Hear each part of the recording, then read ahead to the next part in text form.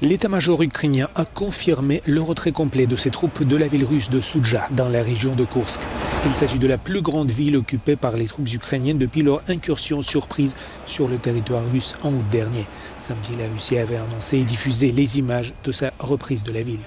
Selon le président ukrainien Volodymyr Zelensky, les forces armées ukrainiennes ont rempli leur mission principale dans la région de Koursk en drainant les forces russes d'autres parties du front. En Ukraine, les forces russes ont lancé 90 attaques dans la nuit de samedi à dimanche. La ville de Tchernihiv, dans le nord du pays, a été frappée par une vague de drones russes.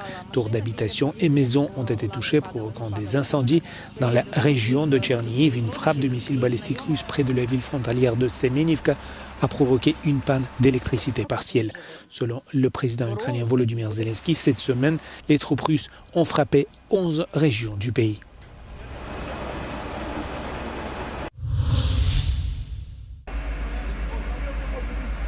En Macédoine du Nord, après l'incendie d'une boîte de nuit située dans la ville de Koshani, à une centaine de kilomètres à l'est de la capitale Skopje, le bilan est lourd. D'après les autorités, au moins 59 personnes sont mortes et plus d'une centaine est blessée. L'incendie s'est déclaré vers 2h30 du matin. 1500 personnes, surtout des jeunes, étaient venues assister à un concert d'un groupe de hip-hop très populaire dans le pays.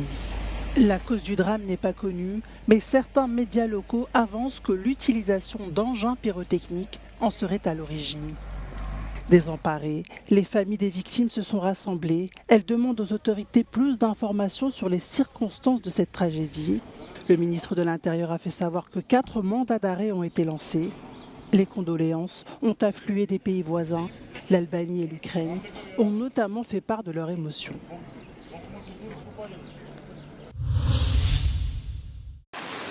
Au Yémen, les rebelles Houthis affirment qu'au moins 18 civils ont été tués et une vingtaine d'autres blessés après les frappes aériennes sur les territoires contrôlés par le groupe ordonné par le président américain Donald Trump.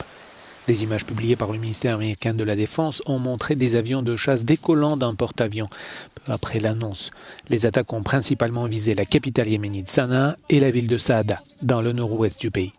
Selon Donald Trump, ces attaques constituent un avertissement aux rebelles sur ce qui les attendait s'ils ne cessaient pas leurs attaques contre les navires le long d'un corridor maritime vital.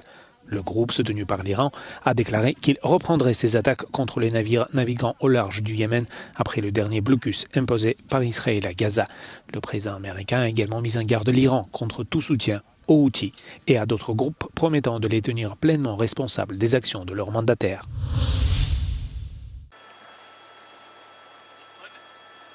Les stigmates du passage des tempêtes s'étalent sur des hectares. En Oklahoma, des incendies attisés par les vents ont calciné 700 km². Venu du sud du pays vendredi, le violent phénomène météorologique est progressivement remonté vers le Midwest et les Grands Lacs.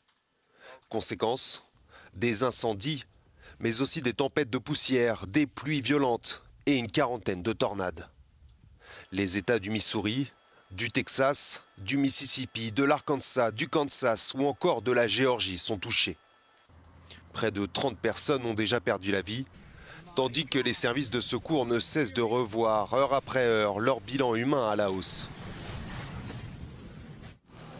Samedi soir, environ 250 000 foyers étaient privés d'électricité.